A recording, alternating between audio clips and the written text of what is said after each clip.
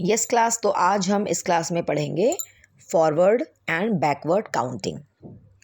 Forward counting, in forward counting we move step by step upwards.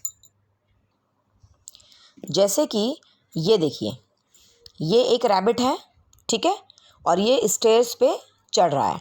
तो ये देखिए, ये 1 पे है, अब ये 2 पे चढ़ेगा, फिर 3 पे, फिर 4 पे, इस तरह से ये अपवर्ड डायरेक्शन में आगे की तरफ बढ़ता जाएगा। तो जो आगे बढ़ने वाले नंबर्स होते हैं उन्हें कहते हैं forward counting. In forward counting we move step by step upwards. मतलब फॉरवर्ड काउंटिंग में हम 1 बाय 1 स्टेप आगे जाते हैं, ठीक है। चलिए, forward counting 1 to 10 is given below. 1 to 10 की काउंटिंग क्या होगी, मेरे साथ पढ़िए। 1 2 3 4 5 6 7 8 9 10। ओके, तो ये हो गई फॉरवर्ड काउंटिंग। क्यों? क्योंकि फॉरवर्ड में हम आगे की तरफ बढ़ते हैं। अब इस तरह से एक्सरसाइजेज होंगी। Write as forward counting. Forward counting की तरह हमें लिखना है 1 से लेकर 5 तक, 1 to 5। तो क्या हो जाएगा, 1 2 3 4 एंड 5। इस तरह से 4 to 9 एंड 2 to 8, ठीक है। तो फॉरवर्ड काउंटिंग समझ गए ना आप लोग, जब नंबर्स आगे की तरफ जाएंगे, जैसे कि ये रैबिट आगे की तरफ जा रहा है। ओके, अब आता है backward counting. In backward counting we move step by step downwards. Backward counting में हम नीचे की तरफ आते हैं। जैसे कि ये देखिए, ये एक पपी है ना, ये अभी 10 पर है, फिर ये 9 पर आ रहा है, फिर 8 पर, इस तरह से 7 6 5 4 3 2 1, ठीक है। तो बैकवर्ड काउंटिंग क्या हो गई, जो पीछे की तरफ जाएगी, ठीक है, पीछे की तरफ जाएगी, जो उसे क्या कहते हैं, बैकवर्ड काउंटिंग। और जो आगे की तरफ जा रही है उसे क्या कहते हैं, अभी जो हमने सीखी थी, फॉरवर्ड काउंटिंग। तो चलिए हम बैकवर्ड काउंटिंग पढ़ते हैं एक बार।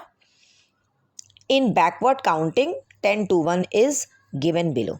तो चलिए हम रीड करते हैं एक बार, से विद मी।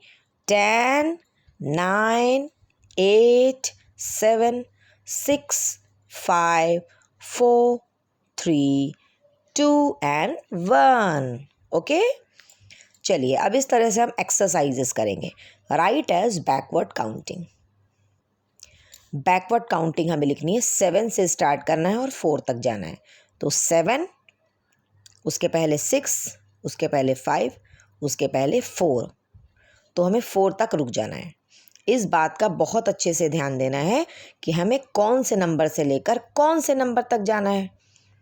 हमें 7 से लेकर 4 तक जाना है।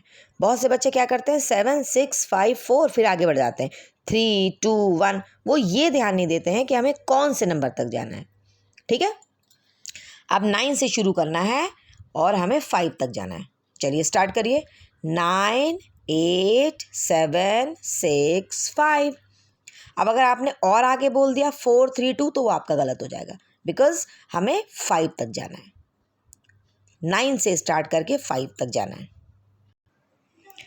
अब इस तरह से हम एक्सरसाइज करेंगे। Write as backward counting. अभी हमने ये किया था, अब हम नेक्स्ट देखेंगे 10 to 3।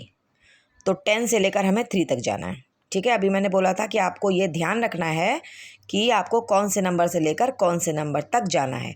आपको शार्प वहीं पर रुकना है, ठीक है, ना आगे ना पीछे। सेम नंबर से आपको स्टार्ट करना है और सेम नंबर पर रुकना है। तो चलिए हम 10 से स्टार्ट करते हैं। 10 9 8 7 6 5 4 3। हमें 3 तक जाना है ना। तो हम 2 और 1 नहीं लिखेंगे, सिर्फ 3 तक लिखेंगे। Okay, so this is backward counting. Backward counting मतलब होता है कि हमें नंबर के पीछे की तरफ जाना है। आगे की तरफ अभी मैंने बताया था कि क्या होता है, फॉरवर्ड काउंटिंग। 1 2 3 4 5 6, इस तरह। और जो बैकवर्ड काउंटिंग होगी वो उसमें पीछे 10 9 8 7 like this. Okay, now we will do the exercise in copy also. Write as forward counting. Forward counting लिखना है हमें, मतलब आगे की जो नंबर्स होते हैं। तो 1 से लेकर 5। चलिए स्टार्ट करते हैं। 1 2 3 4 5, करेक्ट है। अब हमें लिखना है 4 to 8, 4 5 6 7 8। बहुत ही नीटली वर्क करना है आपको, ठीक है। 2 to 8, 2 से लेकर 8 तक, 2 3 4 5 6 7 8, ओके। लास्ट है 1 से लेकर 6 तक, 1 2 3 4 5 6। Write as backward counting. Backward counting हमें करना है, मतलब कि पीछे की तरफ चलना है ना। चलिए तो हम करते हैं 7 से लेकर 3 तक। तो 7 से स्टार्ट करेंगे हम, 7, उसके पहले क्या आएगा 6, उसके पहले 5 4 देन 3। तो 3 तक हमें रुक जाना है, ठीक है, क्योंकि 3 तक ही हमें करना है। अब है नेक्स्ट 9 to 6, तो 9 से स्टार्ट करते हैं, 9 8 7 6, ओके। समझ में आ रहा है ना सारे बच्चों को। इसी तरह से 8 to 4, तो 8 से शुरू करते हैं, 8 7 6 5 4, 4 तक है हमारा, डन हो गया। लास्ट वाला है, सारे बच्चे साथ में बोलेंगे, 6 5 4 3 2 and 1। yes, very good. So you have to do in your copy very neatly। बहुत अच्छे से आपको अपनी कॉपी में करना है और इस कॉन्सेप्ट को आपको समझना है, ओके। Thank you. क्विकली हम एक ये वाला पेज भी देखेंगे, ठीक है। ये देखिए, ये 3 बच्चियां हैं, 3 गर्ल्स हैं और ये रन कर रही हैं। तो देखिए आपको दिख रहा है ना, इनकी टी शर्ट पे नंबर्स लिखे हुए हैं 1 2 3, ठीक है। तो आपको यहाँ पर आंसर्स देने हैं, ओके।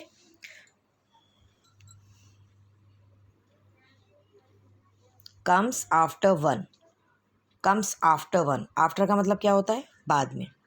क्या होता है, बाद में।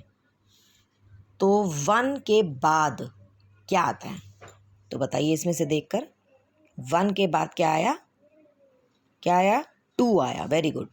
तो 2 आ गया, ठीक है। इसी तरह से आ गया है कम्स आफ्टर 3। आफ्टर मतलब क्या होता है, बाद में, अभी मैंने बताया आपको। तो 3 के बाद क्या आता है, तो हम देखते हैं। तो इसमें तो 1 2 3, क्योंकि 3 ही गर्ल्स हैं, तो आप खुद सोच के बताइए। तो 3 के बाद आता है 4, तो यहाँ पर हम लिख देंगे 4। इसी तरह से कम्स आफ्टर 5, कम्स आफ्टर 5, तो 5 के बाद क्या आएगा, काउंट करिए मेरे साथ, 1 2 3 4 5, 5 के क्या है आगे, 6, तो क्या आ जाएगा 6। तो ये हो गया हमारा आफ्टर का क्वेश्चन, ठीक है। अब आ जाइए B4। B4 का मतलब होता है पहले। B4 का मतलब क्या होता है, पहले। तो कम्स बिफोर 2, तो बिफोर का मतलब होता है पहले। तो 2 के पहले क्या आएगा, चलिए यहाँ से चेक करते हैं, 1 2 3, ठीक है। तो 2 के पहले आपको क्या दिख रहा है, ये 2 है। 2 के पहले क्या आ गया, 1। आपको आगे का नहीं देखना है, कौन सा देखना है, पहले का। तो 2 के पहले क्या आ गया, 1 आ गया। तो यहाँ पर हमने लिख दिया 2 के पहले 1 आ गया, ठीक है। बस आपको ये ध्यान रखना है कि आफ्टर का मतलब होता है बाद में और B4 का मतलब होता है पहले। बस इस चीज़ का आपको ध्यान रखना है। नेक्स्ट क्वेश्चन है कम्स बिफोर 4, तो 4 के पहले क्या आएगा, काउंट करिए, 1 2 3 4, तो 4 के पहले क्या आया था, 3, ठीक है। इस तरह से भी आप कर सकते हैं, ठीक है। तो इसी तरह से कम्स बिफोर 6, 6 के पहले क्या आएगा। अगर बच्चों को कुछ प्रॉब्लम भी हो रही है शुरू शुरू में, तो आप इस तरह से लिख कर भी कर सकते हैं। जैसे मान लीजिए 6 के पहले का हमें लिखना है, तो देखिए 1 2 3 4 5 6, 6 के पहले क्या आ गया, 5, तो हमने 5 यहाँ पर लिख दिया। शुरुआत में अगर बच्चों को प्रॉब्लम हो रही है तो आप इस तरह से लिख कर भी कर सकते हैं, ठीक है। फिर जैसे जैसे आप प्रैक्टिस करते जाएंगे तो वैसे वैसे आपका कॉन्सेप्ट क्लियर होता जाएगा, बिकॉज आपको पता है कि practice makes the man perfect. Okay, तो you have to practice it all and write in your copy also. Okay, thank you.